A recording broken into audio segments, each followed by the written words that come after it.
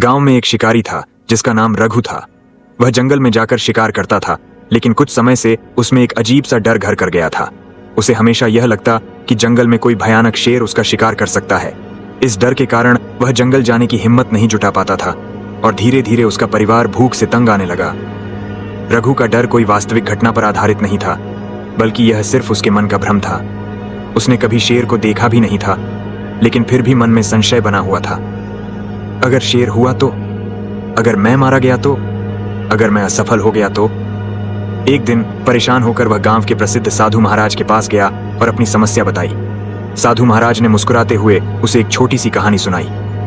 एक व्यक्ति नदी किनारे बैठा था और सोच रहा था कि अगर वह नदी में उतरेगा तो डूब सकता है, लेकिन उसने यह नहीं देखा कि पानी बस घुटनों तक ही था। डर ने उसे आगे बढ़ने से रोक दिया। अगर वह नदी में उतरकर देखता तो जान जाता कि वहां कोई खतरा नहीं था। रघु इस बात को समझ नहीं पाया।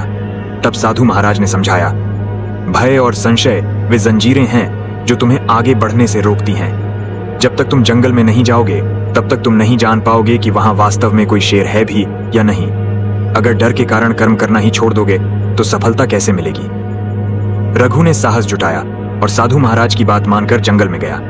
जैसे ही वह वहां पहुंचा, उसने देखा कि जंगल तो पहले जैसा ही था, शांत और सुंदर।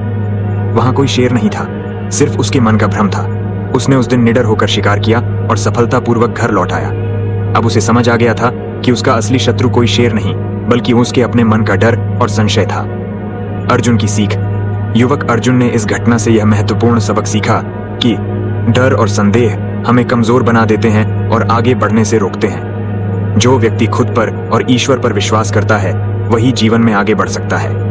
हमें अपने डर का सामना करना चाहिए, क्योंकि अक्सर डर सिर्फ मन का भ्रम होता है। अगर हम निडर होकर अपने कर्म करेंगे तो सफलता अवश्य मिलेगी। निष्कर्ष। इस कहानी से यह स्पष्ट होता है कि हमारे जीवन में सबसे बड़ा शत्रु हमारा डर और संशय ही है। अगर हम इसे छोड़ दें और पूरी निडरता से अपने लक्ष्य की ओर बढ़ें तो हमें सफलता निश्चित रूप से मिलेगी। संशयात्मा विनश्यति। जो व्यक्ति संशय में रहता है वह न इस लोक में सुखी होता है न परलोक में।